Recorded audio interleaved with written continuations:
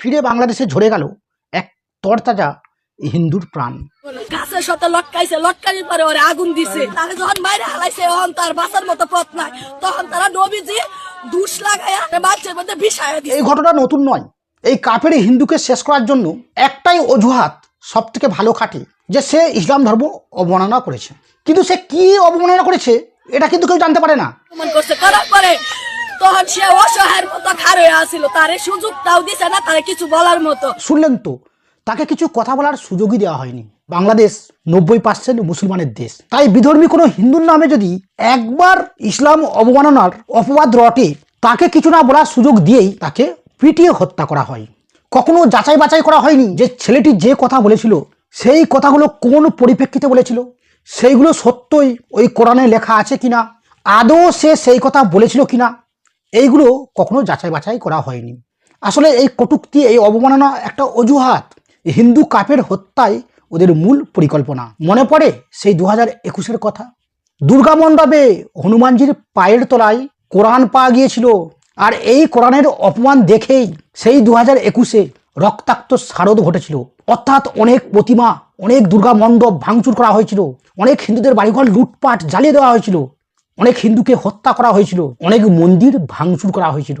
কিন্তু পরবর্তী সময়ে যখন সিসিটিভি ফুটেজ খতিয়ে দেখা হলো, দেখা গেল ইচ্ছাকৃত পরিকল্পনা মাফিক হিন্দু গণহত্যা ঘটানোর জন্য মোহাম্মদ ইকবাল তিনি নিজে কোরআন নিয়ে গিয়ে ওই হনুমানজির পায়ের উপর রেখেছিল। যখন সত্য প্রকাশ হলো তখন কিন্তু কোনো মব বা কোনো মুসলমানের দল গিয়ে কিন্তু ওই ইকবালের বাড়িতে হামলা করতে যায়নি, ওই ইকবালকে মারতে যায়নি, বরং তারা ইকবালকে পাগলা বলে ছাড় দিয়েছিল। একবার ভেবে দেখুন তো, যদি সত্যই কোনো হিন্দু পাগল ওই কোরআনকে নিয়ে গিয়ে হনুমানজির পায়ের উপর রাখতো, তাকে কি ওই বাংলাদেশের মুসলমানরা ছেড়ে দিত? কখনোই ছাড়তো না। তাহলে এখানে কোথাও কি সন্দেহ হচ্ছে না, এই ছেলেটি হিন্দু ছিল বলেই ওকে কোনো কথা বলার না সুযোগ দিয়েই ওকে পিটিয়ে নির্মমভাবে হত্যা করা হলো? কারণ আমি শুনেছি যে ওনাদের ধর্মগ্রন্থে নাকি কাফেরদের হত্যা করার নির্দেশ দিয়েছে। এবার কাফের কাকে বলে সেটা ওনাদের মুখ থেকেই শুনুন। काफिर मतलब जो इस्लाम को नहीं मानता, काफिर मतलब जो इस्लाम को नहीं मानता। এবার শুনুন ওনাদের ধর্মগ্রন্থে কাফেরদের সাথে কি রকম ব্যবহার করতে বলা হয়েছে। इस्लाम में काफिर को मार देना चाहिए, काट देना चाहिए। कुरान में लिखा है जहाँ भी आप काफिर को पाएंगे इनटू ब्रैकेट्स हिंदू, आप उनका कत्ल करो। आप अगर कुरान मजीद खोलेंगे, तर्जुमा पढ़ेंगे तो उसमें लिखा है जहाँ भी आप काफिर को पाएंगे कत्ल करो, लिखा है। वो सूरह तौबा की आयत सूरा नंबर 9 आयत नंबर 5। আরো ভালো করে বাংলায় শুনুন। 5 নম্বর আয়াত, এই আয়াতটা খুবই মারাত্মক। শুনেন, এই আয়াতটা আবার পুলিশ টুলিশ থাকলে তর্জমা করা যাবে না, বুঝছেন? কারণ এই আয়াতটাকে অনেকেই বলে সন্ত্রাসী আয়াত। সন্ত্রাসী আয়াত দেখেন, তর্জমা করলে শব্দ দৌড় দিবেন। তর্জমা করব, ভয় পাবেন না তো? আচ্ছা, আলহামদুলিল্লাহ। দেখা যাক সূরা তওবার কয় নম্বর আয়াত? 5 নম্বর আয়াত। এখানে শুনেন কি বলছেন। فإذا انسلخ الأشهر الحرم فاقتلوا المشركين। আল্লাহ তাবারক ওয়া তাআলা বলছেন, যখন হারাম মাসগুলো অতিবাহিত হয়ে যাবে।